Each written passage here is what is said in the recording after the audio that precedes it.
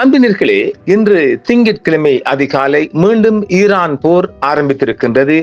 Iran மீது Israel மிகப்பெரிய ஒரு சேதாரத்தை ஏற்படுத்தும் விதமாக மிகப்பெரிய தாக்குதலை தொடுத்திருக்கின்றது. குறைந்தது 15 இலக்குகள் மீது ஈரானுக்குள் உள்ளுக்குள்ளே தாக்குதல் நடைபெற்றிருக்கின்றது. இன்றைய திங்கட்கிழமை அதிகாலை செய்தியாக சியோனிச எதிரிகள் வான்வழி ஏவுகணைகளை பயன்படுத்தி ஈரானுக்குள் உள்ள இலக்குகளை தாக்கியதாக ஈரானிய IRGC தெரிவிக்கின்றது.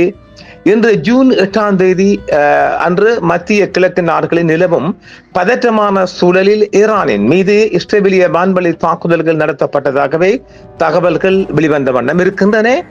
ஈரான் தரப்பிலிருந்து இஸ்ரேல் மீது ஏவுகணை தாக்குதல்கள் நடத்தப்பட்டதை தொடர்ந்து அதற்கு பதிலடியாக இஸ்ரேலிய வான்படை ஈரானின் மத்திய மற்றும் மேற்கு பகுதிகளில் உள்ள இராணுவ இலக்குகளை தாக்கியிருப்பதாக தகவல்கள் தெரிவிக்கின்றன. இஸ்ரேலில் இந்த வான்வழி தாக்குதல்களை ஈரான் உறுதிப்படுத்தி இருக்கின்றது. தங்கள் நாட்டின் மீது நடத்தப்பட்ட இந்த தாக்குதலுக்கு கடுமையான பதிலடி கொடுக்கப்படும் என ஈரானின் இஸ்லாமிய புரட்சி படை தெரிவித்திருக்கின்றது.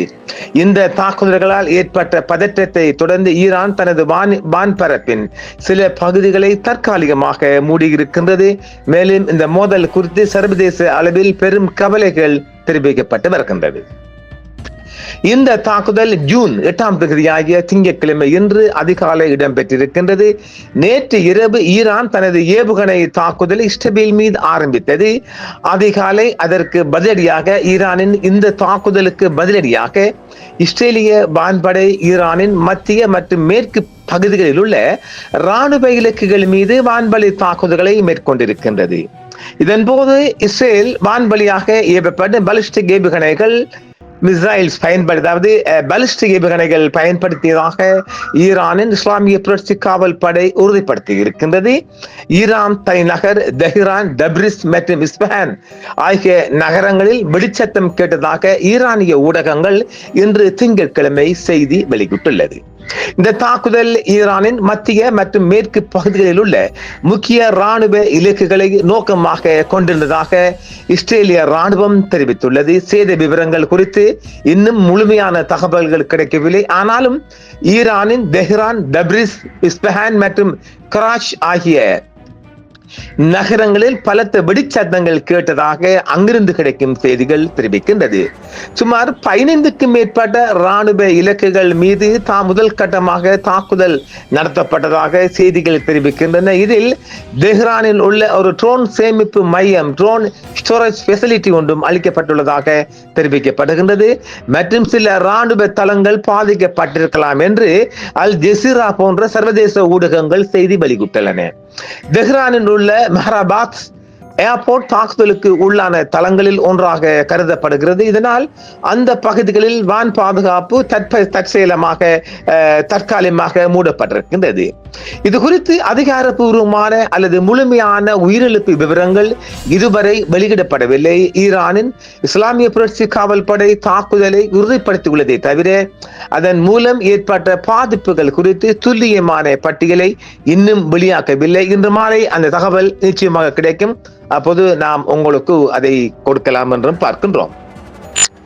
பலவீனமான போர் நிறுத்தத்தை அப்பட்டமாக மீறி சியோனிச எதிரிகள் வான்வழி ஏவுகணைகளை பயன்படுத்தி ஈரானின் எல்லைக்குள் உள்ள இலக்குகளை தாக்கியதாக இஸ்லாமிய புரட்சி காவல் படை இன்று திங்கட்கிழமை தெரிவித்திருக்கின்றது.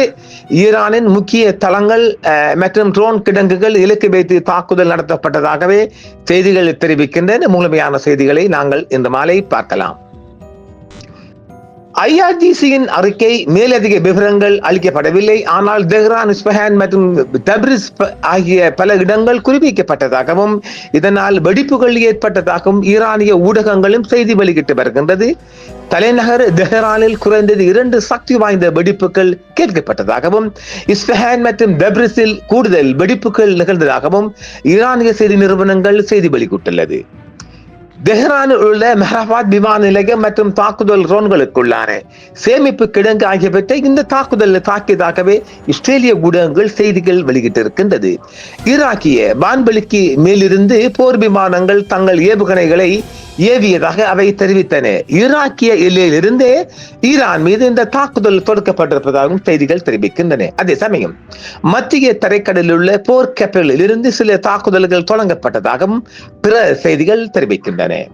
அதிகாலையில் நஜாஃபாபாத் நகரில் உள்ள ஒரு பகுதி ஸ்வீனிச ஆட்சியின் தாக்குதலுக்கு உள்ளானது. ஆனால் அதில் மனித உயிரிழப்புகள் எதுவும் ஏற்படவில்லை என்றும் இஸ்ரேலின் பாதுகாப்பு விவகாரங்களுக்கு பொறுப்பான துணை ஆளுநர் தெரிவித்துள்ளார்.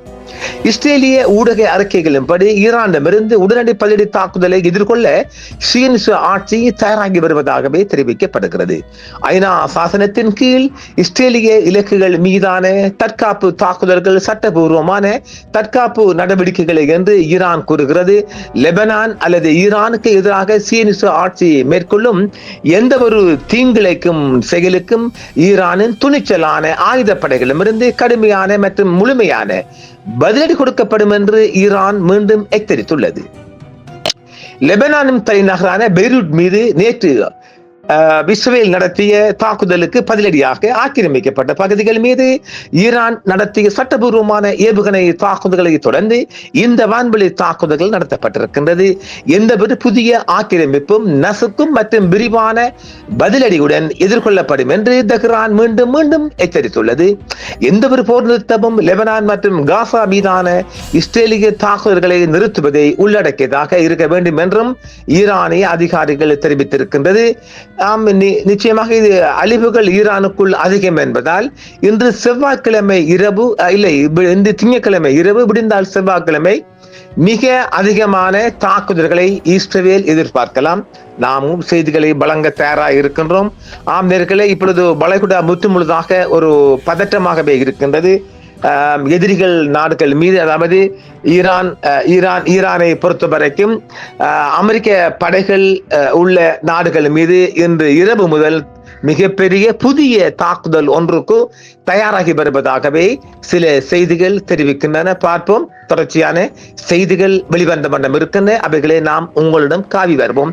அதுவரை விடைபெறுகின்றோம். மீண்டும் சந்திப்போம் நேயர்களே. என்றும் உங்களுடன் சன்ரைஸ் இந்தியா டிவி சப்ஸ்கிரைப் பண்ணுங்கள், பெல் பட்டனையும் கிளிக் செய்யுங்கள். உங்கள் ஆதரவே எங்கள் சேவை. ஆதரவு தாருங்கள், அரவணைப்போம். மறக்காம சர்ப்ரைஸ் பண்ணுங்க. தேங்க்யூ.